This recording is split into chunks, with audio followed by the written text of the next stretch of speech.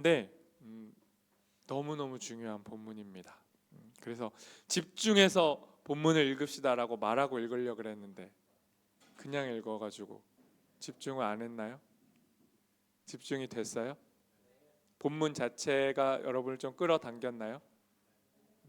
그럼 됐습니다.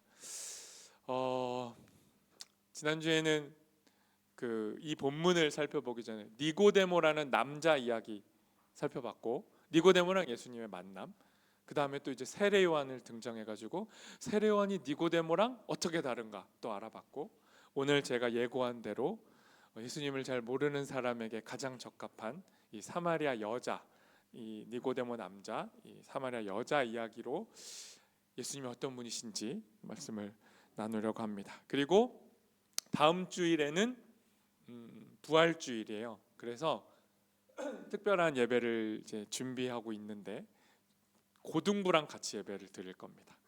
시간은 이 시간이 아니고 11시 반에. 이따 광고할 텐데 꼭 시간 기억하시고 또 2시에 와가지고 예배 왜 안 해요? 이러도 그런 일 없도록 같이 예배할 거고, 그때도 이 본문 이어서 갈 겁니다. 사마리아와 사마리아 여인과 예수님의 만남 시즌 2 두 번째 이야기를 살펴볼 건데, 본문이 길어요 엄청. 그러니까 사마리아 여자하고의 대화가 얼마나 중요한지를 본문의 분량이 이미 나타내고 있어요. 그래서 오늘 절반 살펴보고 다음 주 부활주일에 도대체 부활과 사마리아 여자와 예수님의 이야기가 연결되나 안 되나 따져보면서, 이게 또 우리 청년부와 고등부에게 도움이 되나 안 되나 따져보면서 우리 부활절 연합 예배를 고등부랑 같이 이 사마리아 본문으로 드려보도록 하겠습니다. 그래서 다음 주가 부활주일이니까 오늘은 무슨 주일이죠? 종료주일이 뭔지 알죠? 라고 물으면 늘 이제 좀 뜨아해지잖아요. 알다가도 뭐지 싶고, 종려주일, 발음도 어려워요. 저 어려운데 무슨 날이냐면 2000년 전에 예루살렘에 예수님이 이제 들어가요. 입성이라고 하죠. 예수님이 예루살렘에 들어가시는데 그 들어갈 때 사람들이 예수님을 보고 호산나 하고 소리를 질렀단 말이에요. 그러니까 호산나는 뭐냐면 뜻은 지금 구원하소서라는 뜻인데, 어떤 의미로 쓰이냐면 왕이나 어떤 전쟁에서 승리한 장군이 입성할 때, 성으로 들어올 때 만세하고 외쳤던 구호예요. 환호예요, 환호. BTS가 한국 왔을 때 그 아미들이 보라색 그 막 흔들고 상징으로 막 열광하잖아요. 그런 사인이자 상징이 호산나예요. 그러니까 예수님이 지금 예루살렘에 들어오니까 사람들이 소리를 지른 겁니다. 그러니까 막 환호한 거죠. 근데 왜 이러는 거예요? 사람들이 갑자기 이 사람들이 볼 때 예수님의 그동안의 행적을 보니까 예수님은 보통 사람은 아니고 왕이 될 상인데, 왕이 될 사람이 지금 예루살렘에 들어오니까 이건 정말로 이제 새로운 왕이 이 시대에 도래한다는 기대감이 있었어요. 그래서 막 소리를 지른 겁니다. 호산나 호산나. 근데 여러분 잘 알겠지만 종료주일은 기쁘지만 슬픈 날이죠. 왜요? 그 소리 지르던 사람들이 조금만 시간이 지나면 예수님을 어떻게 하죠? 호산나 왕이여 했던 사람들이 예수님을 어떻게 해요? 십자가에 못 박잖아요. 죽여라 하고 외치잖아요.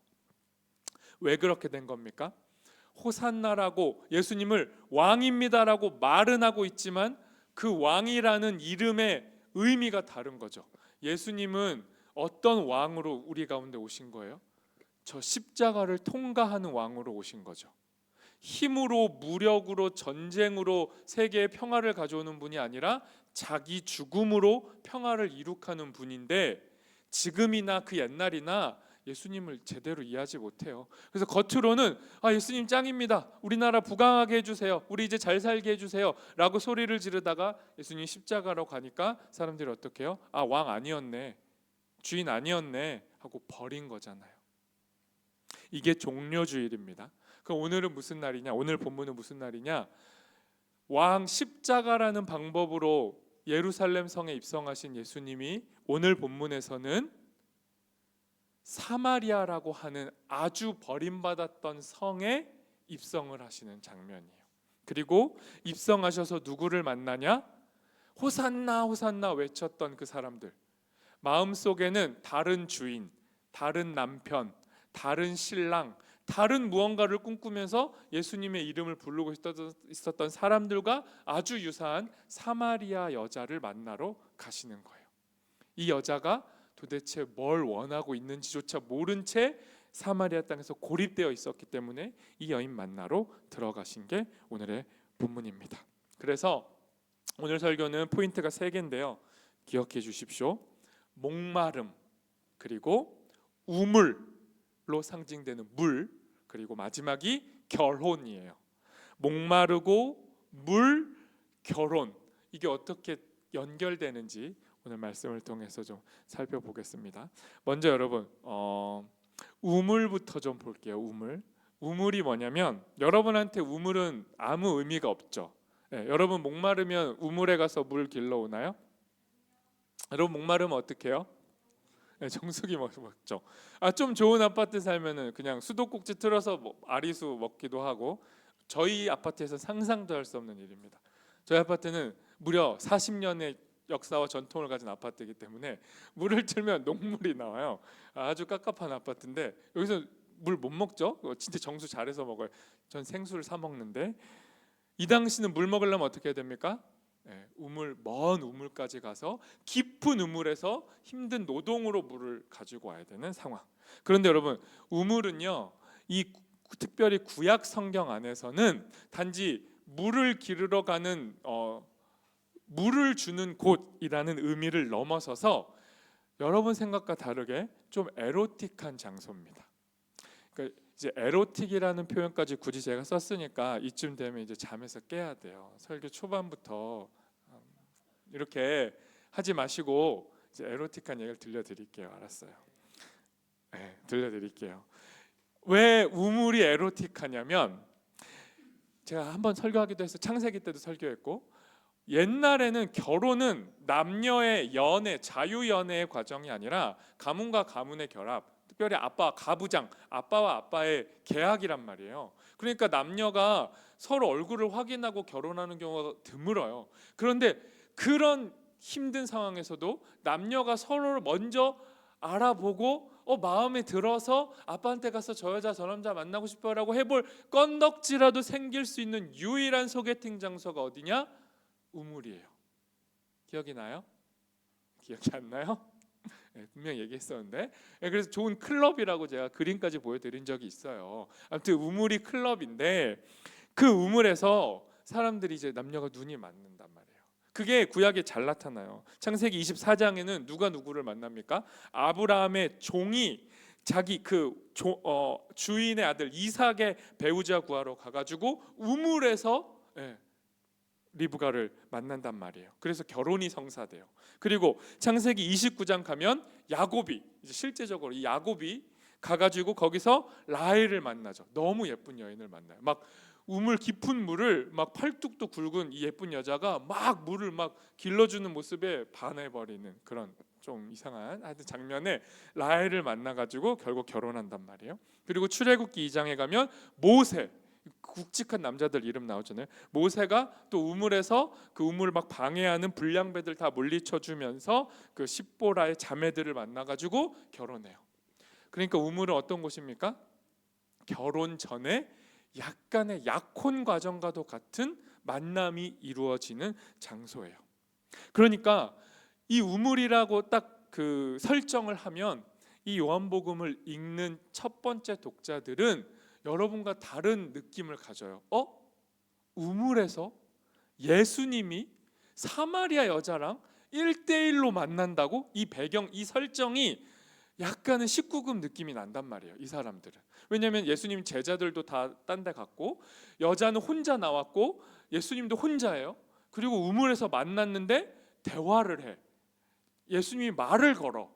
그러니까 이건 약간 추파를 던지는 느낌처럼, 혹시 사마리아 여자가 먼저 예수님한테 뭔가를 좀 느낌을 풍겼나? 이런 뉘앙스로 이 본문을 읽게 된다고요. 이 우물에서 사건이 벌어진 겁니다. 3절부터 6절을 다시 한번 읽어보도록 하겠습니다. 3절부터 6절 우리 같이 한번 읽어볼게요. 예수께서는 유대를 떠나 다시 갈릴리로 가셨다. 그렇게 하려면 사마리아를 거쳐서 가실 수밖에 없었다. 예수께서 사마리아에 있는 수가라는 마을에 이르셨다. 이 마을은 야곱이 아들 요셉에게 준 땅에서 가까운 곳이며 야곱의 우물이 거기에 있었다. 예수께서 길을 가시다가 피로하셔서 우물가에 앉으셨다. 때는 오정쯤이었다. 오늘 설교의 제목이 뭐죠? 정오의 결혼식이잖아요. 세 번역은 또 그 오정, 정오인데 말을 바꿨어가지고 번역이 살짝 마음에 안 들었지만, 오정은 정오를 의미하고, 지금 이 배경이 뭘 말하냐? 예수님이 지금 우물가에 있는 여인 만나러 가는데 그 우물이 어디에 있냐? 사마리아라는 지역에 있단 말이에요. 근데 배경이 뭐라고 합니까? 아주 잘 드러나진 않지만 보세요. 4절 번역을 보시면 예수님이 어떤 뉘앙스냐면 굳이 안 가도 되는데 사마리아를 지나쳐 가야만 했다라는 뉘앙스가 담겨져 있어요.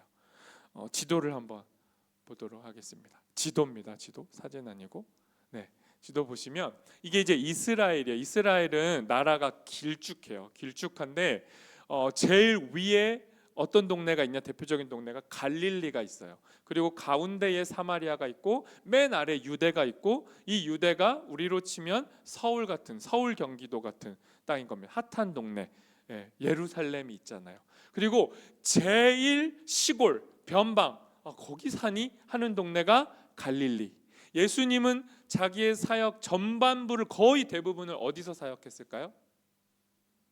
갈릴리에서 사역했어요. 그러니까 예수님은 전형적인 시골 촌뜨기입니다. 시골에서 끝발을 날리고 있었을 뿐, 이 예루살렘 동네에서 보면 그냥 뭐야 쟤 이러는 거예요. 근데 너무 영향력이 커져서 예루살렘에 입성할 때 호산나 호산나 하고 사람들이 열광했던 거예요.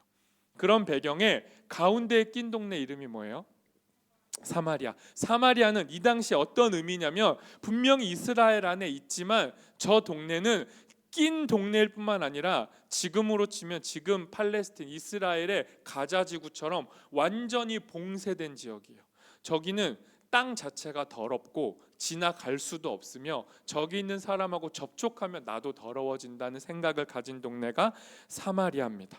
왜 그런 배경이 씌워졌냐면 이스라엘이 남과 북으로 나눠서 전쟁을 했어요. 그리고 갈라져 버렸습니다. 그리고 철저하게 갈라져서 오랫동안 살다가 말년에 어떻게 됐냐면 이 사마리아를 포함하고 있는 북이스라엘 동네, 그러니까 여기 유대 빼고 저 큰 동네 지역이 북이스라엘이었는데 저 동네가 먼저 망해요. 북이스라엘이. 그때 아수르라고 하는 제국이 저 동네를 어떻게 멸망시켰냐면 사마리아라고 하는 저 지역에다가 여러 민족을 보냅니다. 그래서 순수혈통이라는 자부심 속에 살았던 이스라엘의 자존감을 다 무너뜨려 버려요. 그래서 저 동네가 이제 혼혈 정책으로 피가 섞여요.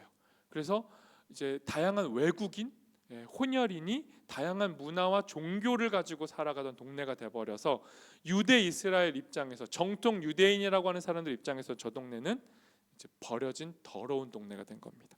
그런데 지금 예수님이 어떻게 하는 거예요? 저기를 지나가야겠다고 말씀하신 거죠. 보통하지 않는 행동을 하신 거예요. 그리고 저 동네에 가서 누굴 만납니까? 여자, 사마리아인 여자를 만난 겁니다. 그 중요한 거, 아까 3절부터 6절에서 읽었던 중요한 것 중에 하나가 뭐냐면, 그런데 하필 저 땅에서 우물을 중심으로 여인을 만났는데 시간이 언제라고요? 정오. 정오는 몇 시인가요? 네, 우리 시간으로 환산하면 12시입니다. 한낮이에요. 여러분, 한낮에 정오 특징이 있습니다. 뭐냐면 여러분, 그림자가 가장 짧을 때가 언제인가요? 앞에 다 말하고 물어보니까 기분이 좀 나쁘죠? 사람의 그림자가 가장 짧을 때가 언제예요? 시간상? 네, 정오예요. 해가 90도로 내 위에 있으면 물리적으로는 그림자가 없습니다. 그림자를 볼 수 없어요. 그런데 이제 우리는 또 지구가 둥그렇고 이제 돌잖아요. 그러니까 위도에 따라서 그림자가 12시가 돼도 보이죠. 이스라엘도 정확하게는 모르겠지만 한 34도 정도 기울어진 땅이래요. 그러니까 정오, 사마리아 땅에서 12시였어도 그림자는 보였겠죠. 아주 조금. 그런데 약간은 문학적으로 비유해 보면 정오라는 시간에 인간의 그림자는요 거의 그러니까 안 보이는 겁니다. 근데 이 여자가 12시 정오라는 시간에 혼자 물들어 나왔어요.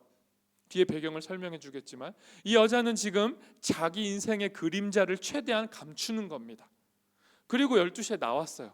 그런데 지금 실제적으로 이 여인은 어떤 인간보다 가장 짙고 큰 그림자를 갖고 사는 여자예요.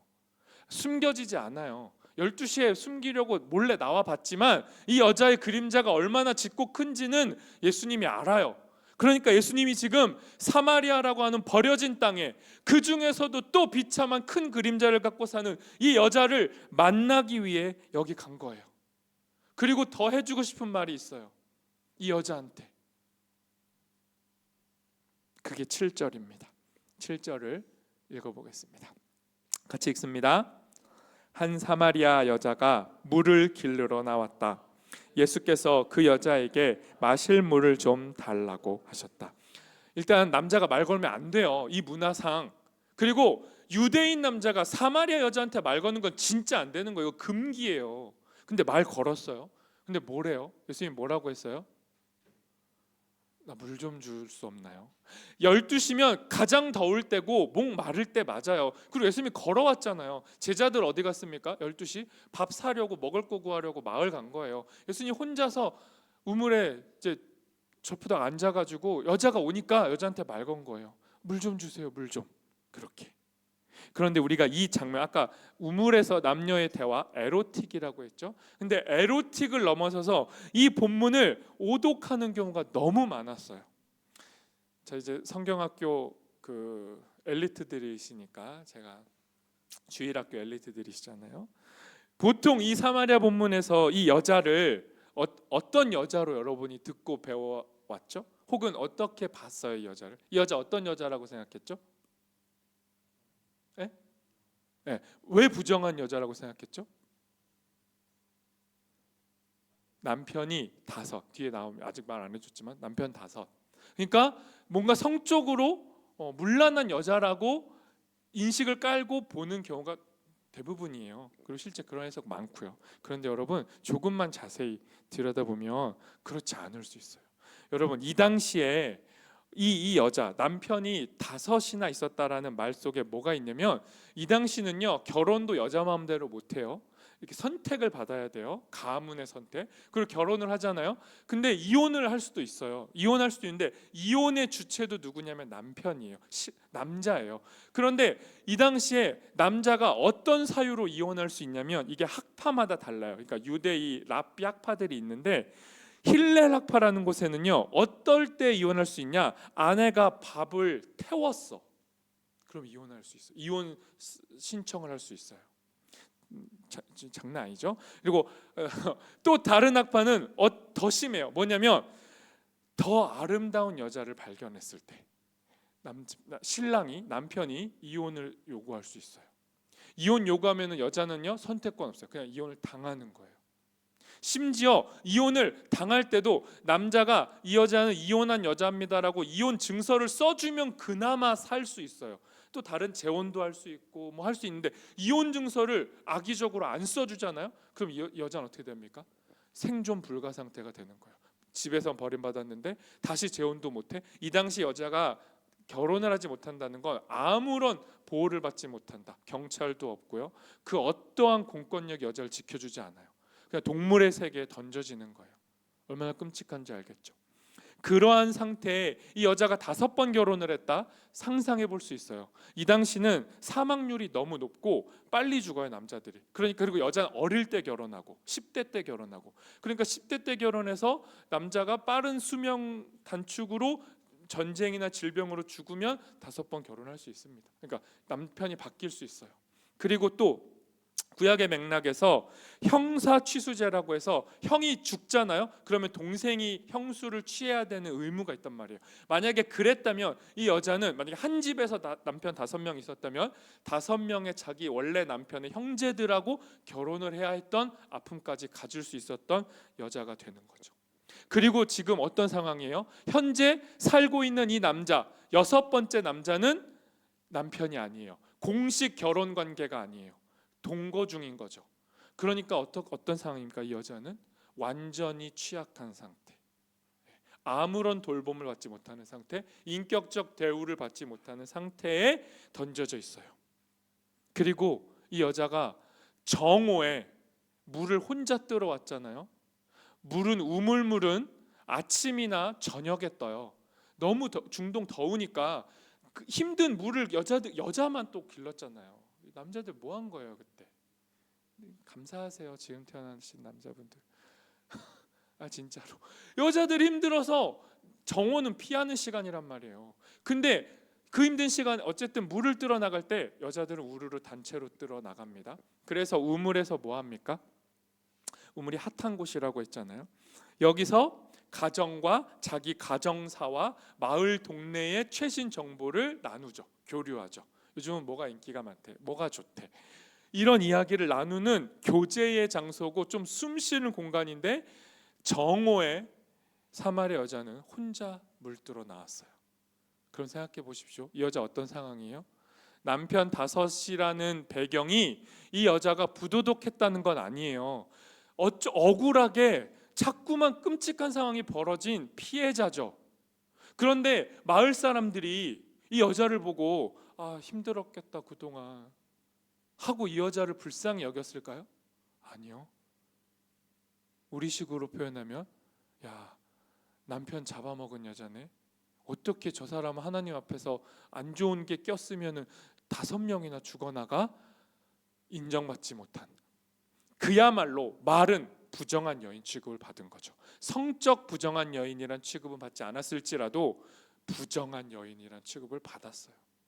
그래서 홀로 정오에 자기의 짙은 그림자를 가지고 나온 거죠. 바꿔 말해 볼까요? 이 여자는 상태가 어때요? 목마른 사람입니다. 그냥 우물물을 길르러 온 건 의무적 행동이고요. 진짜 영적인 목마름이 여자 안에 있었어요. 그런데 그걸 예수님이 알게 해주시려고 이 여자한테 뭐라고 말을 건 거예요? 나 물 좀 주세요. 예수님이 뭐라고 말하고 있는 거예요? 예수님이 목마른 게 아니고 이 여자가 목이 마른 거잖아요. 그런데 이 여자는 자기가 왜 목마른지도 몰라요. 그러니까 이 여자 안에 있는 그 목마름을 끌어내기 위해서 말을 거신 거죠. 금기를 뚫고 사마리아 여자한테 유대인 남자가 말을 건 거라고요. 진짜 물은 이 여자가 필요해요. 그래서 예수님 10절에서 이렇게 말했어요. 10절을 읽어보겠습니다. 10절 같이 읽습니다. 예수께서 그 여자에게 대답하셨다. 내가 하나님의 선물을 알고 또 너에게 물을 달라는 사람이 누구인지를 알았더라면 도리어 내가 그에게 청하였을 것이고 그는 너에게 생수를 주었을 것이다. 무슨 말이에요? 지금 이 여자가 예수님이 뭐라고 말한 거예요? 여자여, 너 내가 누군 줄 알았다면 너 당장 기쁘게 나에게 물을 달라고 했을 거야. 진짜 물은 내 안에 있거든. 근데 너가 나를 알아보지 못했어 라고 말합니다. 그리고 계속해서 이 여자 안에 있는 진짜 필요한 물을 막 끌어내려고 하시는 거예요. 자, 11절, 12절, 13, 14절, 우리 11절부터 14절까지도 한번 읽어보겠습니다. 이 여자가 어떤 반응을 보이고 있는지 같이 읽어봅니다. 그 여자는 선생님, 우물이 이렇게 깊은 데다 선생님께서는 두레박도 없으시면서 어디서 그 샘솟는 물을 떠다 주시겠다는 말씀입니까? 이 우물물은 우리 조상 야곱이 마셨고 그 자손들과 가축까지도 마셨습니다. 선생님께서는 이러한 우물을 우리에게 주신 야곱보다 더 훌륭하시다는 말씀입니까? 하고 물었다. 예수께서는 이 우물물을 마시는 사람은 다시 목마르겠지만 내가 주는 물을 마시는 사람은 영원히 목마르지 않을 것이다. 내가 주는 물은 그 사람 속에서 샘물처럼 솟아올라 영원히 살게 할 것이다 하셨다. 여러분 보세요. 예수님이 여자 안에 있는 진짜 그 목마름을 끌어내시려고 물이라는 상징교를 사용하셔가지고 우물 앞에서 물을 보면서 뭐라고 말 걸었어요? 물 좀 주세요. 그리고 뭐라고 말해요? 진짜 물이 필요한 건 넙니다 라고 말을 하고 있는데 이 여자가 못 알아들어요. 그렇지만 예수님이 진짜 좋은 물을 너에게 준다고 하니까 그때 약간 번떡여가지고 그러면 그런 물 나도 먹고 싶습니다라고 반응한단 말이에요. 그런데 보세요, 예수님이 어떻게 이걸 끌어내냐. 이 여자가 보고 있는 물은 우물물이 전부예요. 우물물은 어떤 물입니까? 이 당시에 우물은 지금 이 여자가 말했지만 야곱이 우물을 파가지고, 그러니까 대박이 난 겁니다. 엄청난 자산 가치가 있는 땅을 얻어낸 게 우물이에요. 왜냐하면 그리고 그 물에 깊이 파서 최소한 30m 정도 파서 물을 저장하는 거죠. 물이 귀한 곳이니까. 그러니까 그 물은 엄밀히 말하면 고여 있죠. 그 물을 이제 힘들게 두레박을 가지고 길러 올려야 물을 먹을 수 있어요. 그러니까 이 사마리아 여자가 생각하는 물은 고정된 물이고 고생해야 기를 수 있는 물입니다. 그런데 예수님이 지금 뭐라 그러셨어요? 그런 물 말고, 계속 길러내야 되는 물 말고 샘물처럼 솟아나는 물이 있다라고 말씀하신 거예요. 여러분, 우물하고 예수님이 말하는 샘물은 달라요. 우물은 물 저장 탱크고 샘물은 뭐냐면 계속 땅 밑에서 물이 솟는 겁니다. 그러니까 진짜 생수죠. 예수님이 여자한테 뭐라고 말하는 거예요? 우물물 말고 진짜 생수를 먹어야 너의 갈증이 해결된다고 말씀하는 거예요. 이렇게 어필을 하시니까 예수님이, 이 여자가 그 물 나도 주세요. 그 물 나 진짜 먹고 싶습니다 라고 이야기합니다. 그러니까 예수님이 뭐라고 합니까? 이제 이 여자가 알아듣기 시작했다 하면서 너가 진짜 물을 먹으려면 네가 얼마나 굶주려 있고 목마르고 네가 헛되게 팠던 그 우물이 헛된 거라는 걸 깨달아야 된다는 마음으로 예수님이 여자에게 한 가지를 요청하십니다. 그게 16절이에요. 16절 말씀 같이 읽어봅니다. 16절 같이 읽습니다. 예수께서 그 여자에게 말씀하셨다. 가서 내 남편을 불러오너라. 여러분, 예수님이 여자한테 왜 남편 불러오라고 한 겁니까? 이 여자의 배경을 다 아시는데 왜 남편 불러오라는 거예요?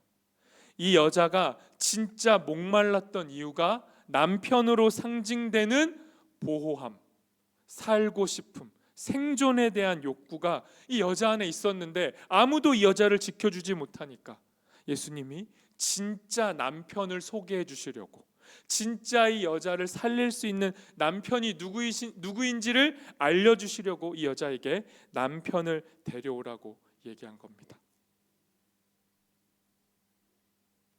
여러분, 호세아 2장 16에서 17절 말씀을 한번 다시 읽어보겠습니다. 호세아 2장 16, 17절 같이 읽습니다. 여호와께서 이르시되 그날에 내가 나를 내 남편이라 일컫고 다시는 내 바알이라 일컫지 아니하리라. 내가 바알들의 이름을 그 입에서 제거하여 다시는 그의 이름을 기억하여 부르는 일이 없게 하리라. 여러분, 예수님이 남편 좀 데려와라 했잖아요. 이 남편이 구약의 히브리어로는 뭐냐면 바알이에요. 여러분, 바알이 누구죠? 바알이 뭐예요? 어떤 존재예요? 우상의 대표잖아요. 이스라엘을 하나님이 책망하실 때 너 그만 좀 우상 섬겨 하고 책망할 때 그게 바알을 섬길 때 하나님이 책망하셨단 말이에요. 바알의 뜻이 뭡니까? 주인, 남편이란 뜻이에요. 그러니까 구약에서 예수님이 예언자들 보내가지고 이스라엘 혼낼 때 뭐라고 혼내냐면 너 지금 이스라엘 나랑 결혼했는데 너 지금 결혼해놓고 다른 남편한테 가서 다른 남편을 예배하고 있으니까 너 이거 음란이야, 이거 간음이야, 이거 이혼 사유야, 아니 사형에 해당되는 거야 라고 비유적으로 얘기하셨단 말이에요. 바알이 뭐예요? 다른 남편, 진정한 신랑이 아닌 가짜 남편이 바알이에요. 예수님이 지금 이 여자한테 뭘 요청한 겁니까? 바알 데려와. 네 안에 있는 가짜 남편들 다 데려와. 네 안에 있는 우상 가져와 라고 얘기한 거예요. 이 여자가 이 얘기를 정확하게 알아들었을지는 모르겠으나 이 여자 안에 꿈틀거림이 생겨요. 예수님, 이 남자, 지금 이 유대인과의 대화가 정상적 대화가 아니야. 뭔가 이 대화 속에 깊은 걸 끌어올리시는 것 같아. 이분 좀 범상치 않아. 그러면서 이 여자가 자기 안에 있던 가장 근원적인 갈증을 얘기해요. 그게 뭐냐면 예배였습니다. 여러분, 아까 제가 오늘 설교의 키워드가 뭐라 그랬어요?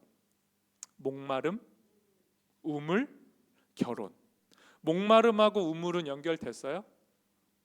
연결됐어요? 그러면 지금 목말라서 우물물하고 진짜 물, 이 길로 오르는 물 말고 샘솟는 물, 막 그게 예수님이다, 그런 얘기 하다가 여기서 어떻게 예배로, 결혼으로 넘어갑니까? 결혼? 이 여자는요, 가장 원하는 게 뭐냐면, 그냥 쉽게 말하면 결혼이에요. 진짜 결혼을 해야 이 여자 사는 거거든요. 지금 6번째 남편도 결혼 관계가 아니니까. 근데 이 결혼이 뭐냐? 예배입니다. 그래서 이제 예배와 결혼이라는 키워드로 넘어가게 되는 거예요. 감이 안 올 텐데 23절을 먼저 읽어보겠습니다. 23절, 23절, 23절, 24절 두 절 읽어봅니다. 아버지께 참되게 예배하는 자들은 영과 진리로 예배할 때가 오나니 곧 이때라. 아버지께서는 자기에게 이렇게 예배하는 자들을 찾으시느니라. 하나님은 영이시니 예배하는 자가 영과 진리로 예배할지니라. 이 말을 이거 여러분, 우리 예배할 때 늘 앞에 하는 멘트잖아요. 이거 예배 문을 여는 멘트. 그러니까 예배에 관련된 제일 유명한 말씀인데, 예수님이 사마리아 여자의 대화 중에 이 얘기한 거예요. 왜 예배 얘기가 왜 나오는 거예요? 지금 목마름 얘기했고 우물 얘기하고 있었고, 이 여자 상황이 되게 지금 취약하다는 것까지는 알고, 거기다 이제 바알 얘기 나왔잖아요. 가짜 남편들 그거 다 정체를 드러내야 된다, 거기까지 나왔는데 예배 얘기 왜 나오는 거예요? 여러분, 예배는 뭐예요? 하나님을 예배하는 거죠. 예배 아닌 예배는 뭡니까? 말은 하나님이라고 하면서 하나님에게 내 성공, 내 돈, 내 취업, 내 결혼, 내 욕망, 무언가를 다 갖다 붙여서 하나님의 이름을 부르면 그건 예배가 아닌 거죠. 지금 이 여자는 말은 예배라고 하고 있지만 지금까지 자기를 지나간 남편들이라는 그 그림자에 여전히 사로잡혀 있어요. 그러니까 예수님과의 대화 속에 예수님이 뭐라고 합니까? 네가 지금까지 예배했던 그 거짓 예배를 버리게 해줄게. 그리고 진짜 예배의 주인공이 하나님을 만나야 해. 그러면 너의 갈증이 해결돼 진짜 결혼식이 시작될 수 있어 라고 말씀한 겁니다. 그리고 나서 마지막 절 말씀을 하세요. 26절 말씀, 오늘 본문 마지막 절 같이 읽어보겠습니다. 같이 읽습니다. 예수께서 말씀하셨다. 너에게 말하고 있는 내가 그다. 긴 대화를 통해 이 여자가 어디까지 갔냐면요, 자기 앞에 있는 예수님을 보면서 당신 좀 특별하신 것 같습니다. 제가 남편이 없는 것도 아시고 그 남편이 바알 그림자라는 것까지 꿰뚫어 보셨죠. 그러면 진짜 영원히 샘솟는 그 물, 나의 진정한 남편이 되어줄 그 해결책을 당신이 주세요. 그러면 나 진짜 예배할 수 있겠습니다 라고 말했어요. 그리고 여자가 자기가 아는 지식까지 얘기했습니다. 메시아라는 분이 오면, 그리스도가 오면 내 모든 갈증도 해결되고 진정한 결혼식이, 축제가 벌어질 걸 난 믿고 있어요. 그날이 오겠죠 라고 상담하듯이 예수님한테 얘기했더니 예수님이 마지막에 뭐라고 한 겁니까? 네가 말하고 있는 그가 나다.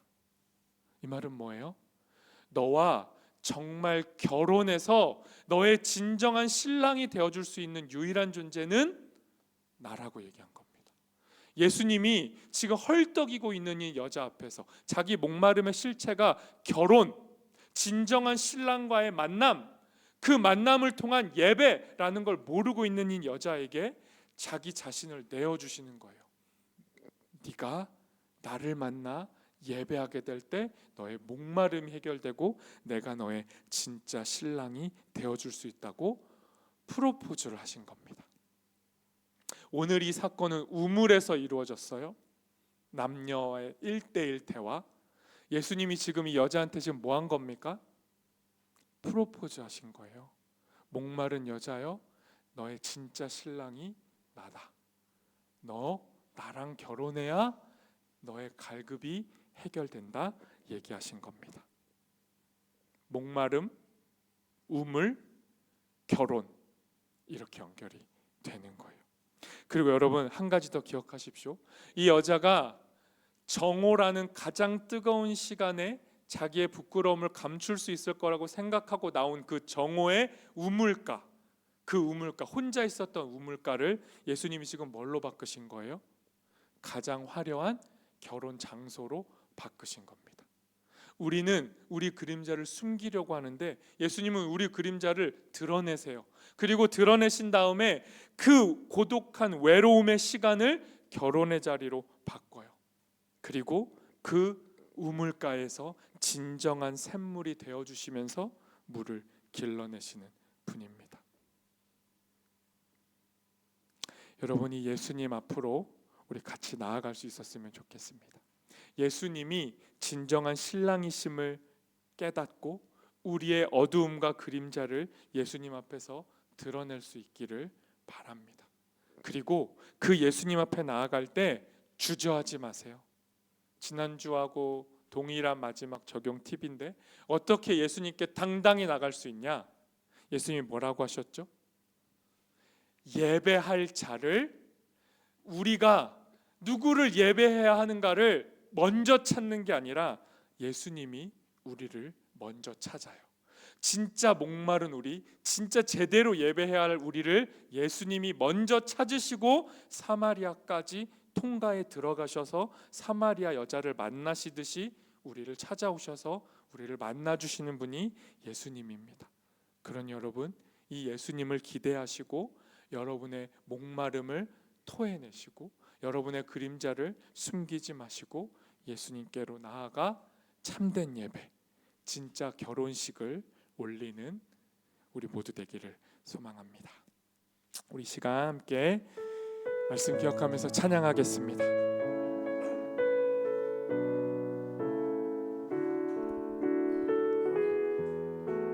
우리 마음의 고백으로 이 찬양의 가사를 고백하겠습니다. 우물가의 여인처럼 난 구했네. 헛되고 헛된 것들을 그때 주님 하신 말씀 내 샘매와 생수를 한 번 더 고백해 봅니다. 우물가의 여인처럼, 우물가의 여인처럼 난 구했네. 헛되고 헛된 것들을, 헛되고 헛된 것들을 그때 주님 하신 말씀 내 샘매와 생수를 한 번 더 주님께 고백합니다. 우물가의 여인처럼, 우물가의 여인처럼 난 구했네. 헛되고 헛된 것들을 그때 주님 하신 말씀 내 샘매와 생수를 마셔라. 오 주님, 오 주님 채우소서, 채우소서. 나의 잔을 높이 듭니다. 하늘 양식 내게 채워주소서. 넘치도록 오 주님 채우소서. 오 주님 채우소서. 나의 잔을 높이 듭니다. 하늘 양식 내게 채워주소서. 넘치도록 채워 시간 말씀을 기억하며 함께 기도할 때 하나님, 우리가 이 사마리아 여인처럼 목마른 사람들입니다.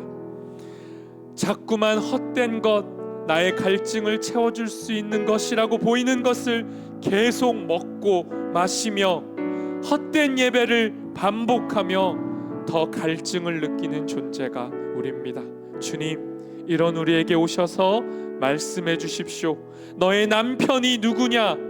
너의 바알, 너의 주인, 너의 신랑이 누구냐? 우리에게 물어봐 주십시오.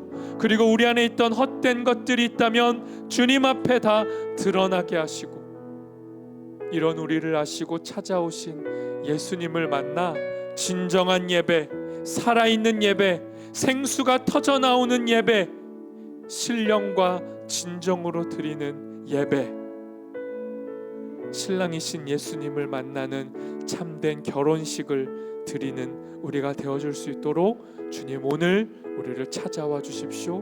말씀하여 주십시오. 주님을 만나게 허락하여 주옵소서. 우리 함께 기도하겠습니다. 하나님, 우리의 목마름을 주님 앞에 온전히 드러내기를 소망합니다. 자꾸만 말하지 않고 숨기는 우리 가운데에 주님, 가장 뜨거운 정오의 햇볕 아래 있는 우리 가운데 찾아오셔서 우리 안에 숨겨진 그림자를 다 드러내시고 우리 안에 있는 목마름을 다 드러내셔서 진짜 신랑이신 예수님을 만나 주님과 결혼하는 예배, 주님을 만나는 예배, 일상에 우리의 목마름이 해갈되어지는 그 예배를 경험하여 줄 수 있도록 성령 하나님, 우리 가운데 찾아와 주시고 우리를 만나 주시옵소서. 주님과의 결혼을 꿈꿉니다. 주님과의 예배를 소망합니다. 예배하는 자를 찾고 계시는 주님께서 우리 가운데 오셔서 우리를 만나 주십시오. 우리의 예배를